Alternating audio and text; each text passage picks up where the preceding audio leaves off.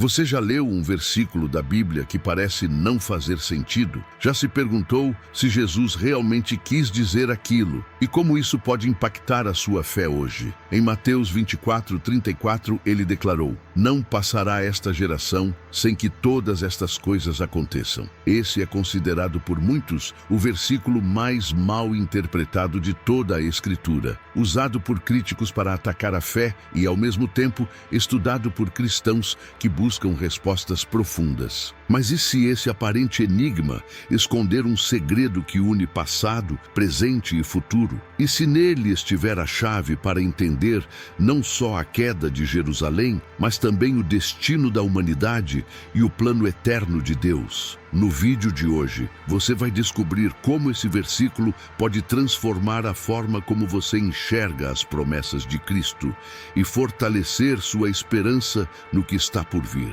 Fique até o final, porque o que será revelado pode mudar para sempre a sua maneira de olhar para a Bíblia. Ao longo da história da fé cristã, algumas palavras de Jesus ressoaram com tanta intensidade que atravessaram séculos como enigmas não solucionados. Entre elas, uma se destaca: Mateus 24:34. "Em verdade vos digo que não passará esta geração sem que todas estas coisas aconteçam." À primeira vista, a frase parece simples, mas basta um olhar mais atento para percebermos o peso de sua complexidade. O que Jesus quis realmente dizer? Estava ele se referindo às pessoas que estavam vivas em seu tempo? Ou estaria apontando para um horizonte mais distante, para uma geração futura que testemunharia os eventos finais da história humana? Esse versículo, mais do que qualquer outro, levantou dúvidas, gerou debates e até provocou crises de fé. Céticos o usaram como argumento de que Jesus teria falhado em suas predições. Crentes, por outro lado, buscaram nele chaves ocultas, escondidas entre as linhas, capazes de revelar mistérios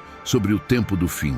A palavra geração tornou-se o centro de uma batalha interpretativa que atravessa não apenas os séculos, mas também as diferentes tradições do cristianismo. Não é à toa que estudiosos o chamam de o versículo mais mal interpretado da história, pois em suas poucas palavras estão condensadas expectativas, julgamentos e revelações que mexem com o coração humano. E para entender a profundidade desse mistério, precisamos retornar ao cenário em que foi pronunciado, ao sermão mais profético de Cristo, em meio à admiração dos discípulos pelo Templo de Jerusalém. Se esse mistério já está prendendo a sua atenção, imagine o que ainda vem pela frente. Então já deixa o like agora e se inscreve no canal, porque o que você vai descobrir até o final pode mudar a forma como você enxerga toda a Bíblia. A cena se passa no Monte das Oliveiras, um local sagrado e silencioso, de onde era possível contemplar a grandiosidade do Templo de Jerusalém. O sol do fim da tarde se deitava sobre as pedras brancas e douradas, e os discípulos, encantados com a imponência da construção, chamaram a atenção de Jesus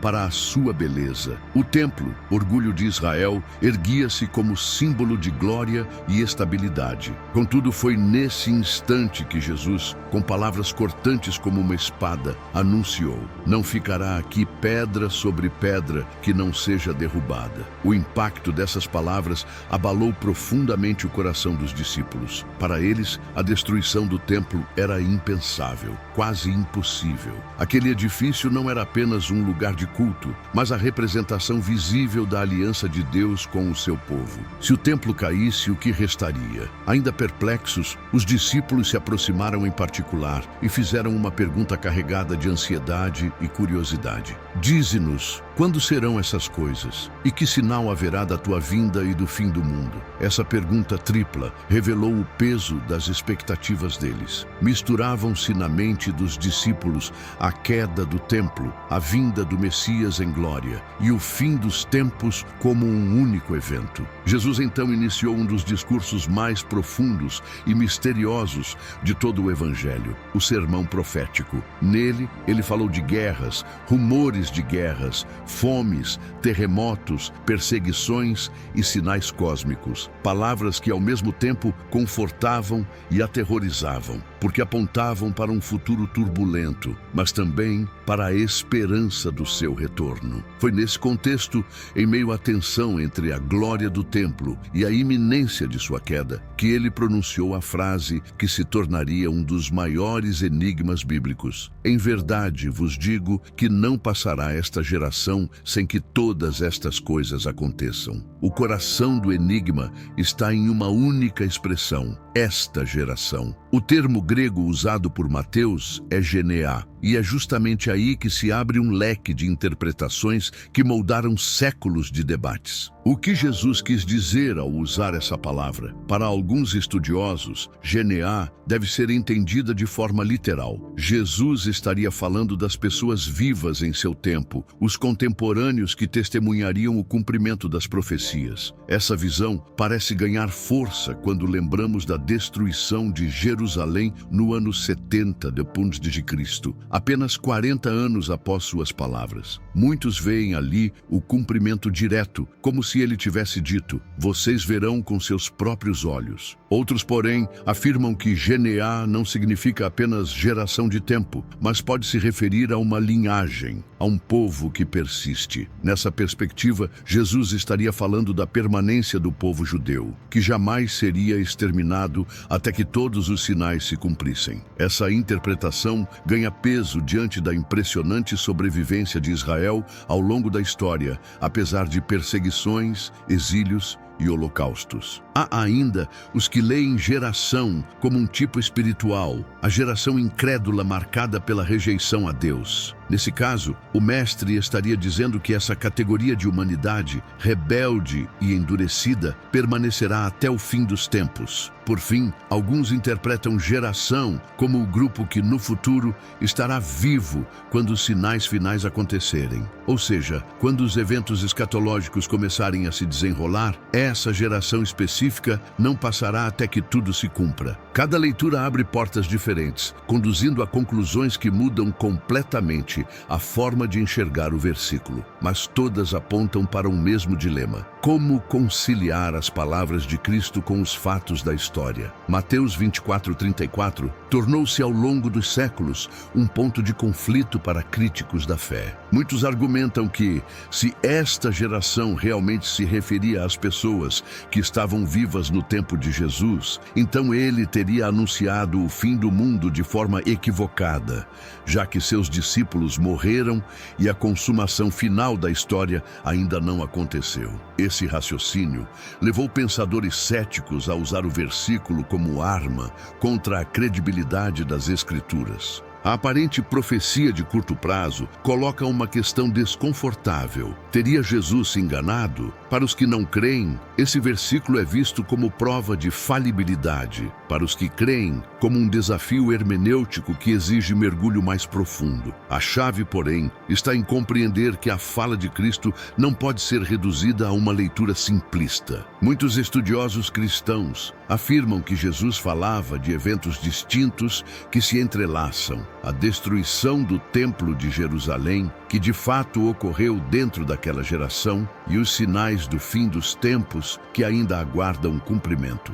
Assim, não se trata de erro, mas de um duplo horizonte profético, algo imediato e algo escatológico. Essa tensão entre o já cumprido e o ainda por vir é característica das profecias bíblicas. Elas não se limitam a um único momento histórico, mas carregam camadas de sentido que apontam tanto para acontecimentos próximos quanto para o desfecho final da história humana. E o exemplo mais marcante dessa realidade é o cerco e a destruição de Jerusalém no ano 70 a.C. No ano 70 a.C., apenas algumas décadas após as palavras de Jesus no Monte das Oliveiras, Jerusalém foi envolvida por uma tragédia que marcou a história para sempre. O general romano Tito, filho do imperador Vespasiano, cercou a cidade santa com um exército poderoso. O cerco prolongou-se por meses, trazendo fome, doenças e desespero. Historiadores como Flávio Josefo descrevem cenas de horror. Famílias desesperadas lutando por migalhas de comida, a fome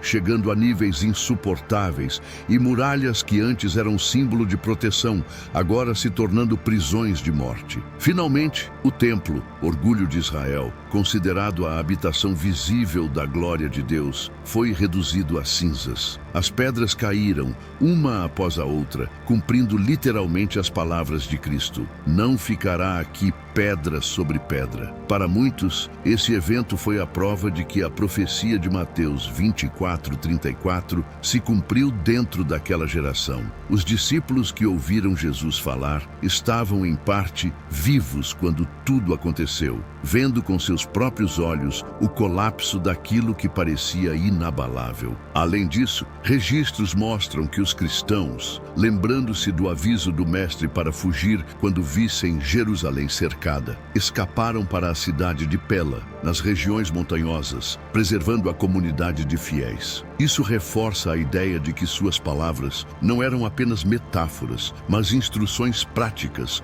para um momento real e histórico. No entanto, por mais impressionante que tenha sido o cumprimento desses sinais no século I, a destruição de Jerusalém não esgota o alcance das palavras de Jesus. O cerco foi apenas um prenúncio, uma sombra de algo muito maior, que aponta para os eventos escatológicos do fim dos tempos. Embora a destruição de Jerusalém em 70 d.C. tenha sido um marco incontestável e uma clara validação das palavras de Jesus, o discurso profético no Monte das Oliveiras carrega sinais que vão além daquele evento histórico. Guerras, fomes e perseguições podem ser vistas como realidades do primeiro século, mas há elementos em Mateus 24 que apontam para algo muito maior, cósmico e definitivo: a vinda gloriosa do Filho do Homem nas nuvens do céu com poder e grande glória. Esse aspecto leva estudiosos a falarem em um duplo cumprimento profético: o primeiro, imediato, concretizado na queda de Jerusalém; o segundo, escatológico, ainda à espera de se manifestar no final dos tempos. Essa técnica não é incomum nas Escrituras. Muitas profecias do Antigo Testamento tiveram um cumprimento parcial em Israel, mas apontavam para Cristo como o cumprimento pleno e definitivo. Assim também, Mateus 24 parece oscilar entre aquilo que já aconteceu e aquilo que ainda acontecerá. O cerco de Jerusalém foi, portanto, uma espécie de ensaio histórico do juízo final, um microcosmo de algo ainda mais grandioso. Os sinais que os discípulos deveriam observar em sua época se tornam para nós lembretes de que a história caminha para um clímax inescapável. Ao unir passado e futuro, o versículo "esta geração não passará" não deve ser lido como limitação de tempo, mas como a revelação de uma linha contínua. Deus já cumpriu parte de sua palavra e cumprirá o restante no momento exato que ele determinou. Essa compreensão abre caminho para observarmos como a Igreja, ao longo da história, interpretou essas palavras enigmáticas, cada época lançando nova luz sobre o mesmo mistério. Ao longo dos séculos, Mateus 24:34 foi como uma pedra preciosa multifacetada. Cada geração de cristãos a examinou e cada uma viu reflexos diferentes em sua superfície. Nos primeiros séculos, os pais da Igreja se debruçaram sobre a passagem com reverência. Orígenes, por exemplo, interpretava geração de forma alegórica, sugerindo que não se tratava apenas de uma referência temporal, mas de uma linhagem espiritual marcada pela incredulidade. Agostinho, por sua vez, defendia que a palavra dizia respeito à Igreja, à comunidade dos fiéis, que permaneceria até o fim dos tempos, como sinal da promessa de Cristo. Durante a Reforma Protestante, a discussão voltou com força. Martinho Lutero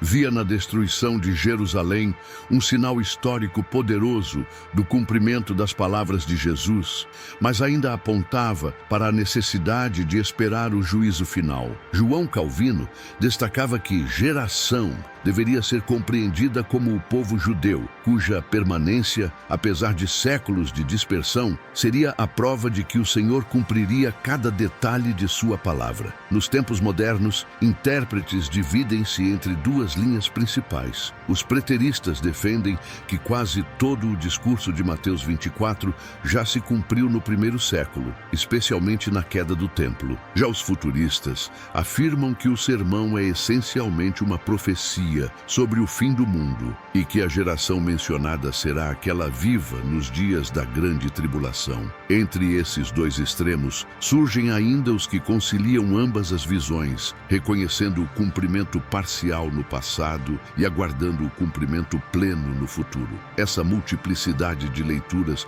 mostra que Mateus 24:34 não é um erro, mas um enigma divino que provoca reflexão em cada época. E compreender o peso da expressão "todas estas coisas" é o próximo passo para desvendar ainda mais esse mistério. No coração do versículo de Mateus 24:34, não é apenas a expressão "esta geração" que provoca debates, mas também a frase "todas estas coisas", o que afinal Jesus quis incluir nesse conjunto de acontecimentos. Estaria ele se referindo apenas à destruição do templo, algo que de fato ocorreu em 70 dentos de Cristo. E ou falava também dos sinais cósmicos, do aparecimento do Filho do Homem e do juízo final. Se todas estas coisas significar apenas os eventos relacionados à queda de Jerusalém, então a profecia encontra um cumprimento direto e objetivo na geração dos discípulos. Mas se o Mestre incluiu os sinais celestiais,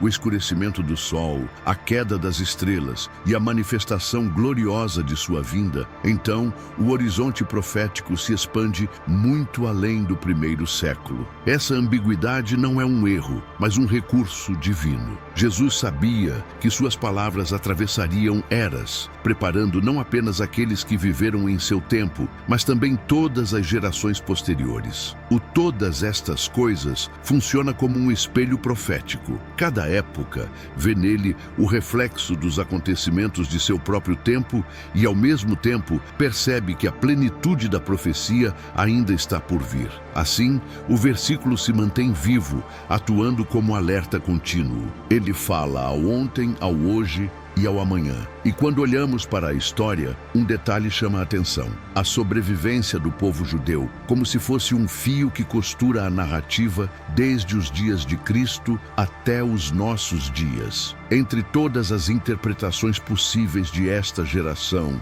uma das mais intrigantes é a que conecta a frase à permanência do povo judeu. Ao longo da história, impérios se levantaram e caíram, nações desapareceram, culturas inteiras foram assimiladas, mas Israel permaneceu. De Babilônia a Roma, da Inquisição às perseguições modernas, até o horror do Holocausto no século XX, o povo judeu resistiu como testemunha viva da fidelidade de Deus. Muitos intérpretes enxergam nisso o cumprimento literal das palavras de Jesus. A geração de que ele falou não seria apenas a dos discípulos, mas a linhagem do povo escolhido, que não passaria até que todos os sinais proféticos se completassem. A simples sobrevivência de Israel, contra todas as probabilidades, é vista como prova de que o relógio divino continua a marcar os tempos. Essa leitura ganha ainda mais força com a restauração do Estado de Israel em 1948, algo que parecia impossível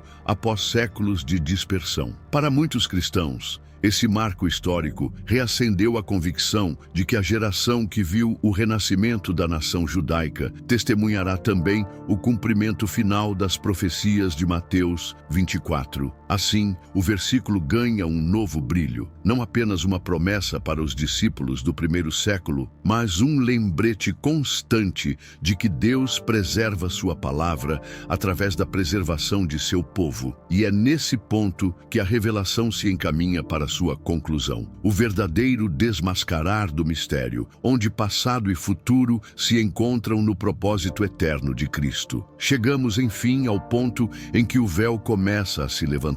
Mateus 24:34. Não é um erro, tampouco uma promessa falha, mas uma profecia com múltiplas camadas, que atravessa o tempo como um rio de águas profundas. Ao dizer, em verdade vos digo que não passará esta geração sem que todas estas coisas aconteçam. Jesus falava a um mesmo tempo ao presente dos discípulos, ao futuro da história e ao clímax da eternidade. No primeiro nível, a geração do século I testemunhou a queda de Jerusalém e a destruição do templo, cumprimento cumprimento imediato e incontestável de suas palavras. No segundo nível, a preservação do povo judeu se ergue como testemunho contínuo de que o relógio divino não parou. Israel continua existindo como sinal de que a história ainda aguarda sua consumação. E por fim, no nível mais profundo, a expressão "esta geração" aponta para aquele grupo humano que no tempo do fim presenciará os sinais finais. Guerras, catástrofes cósmicas e a manifestação gloriosa do Filho do Homem. Assim, o mistério é desmascarado. Não se trata de uma limitação temporal, mas de um versículo que reúne passado, presente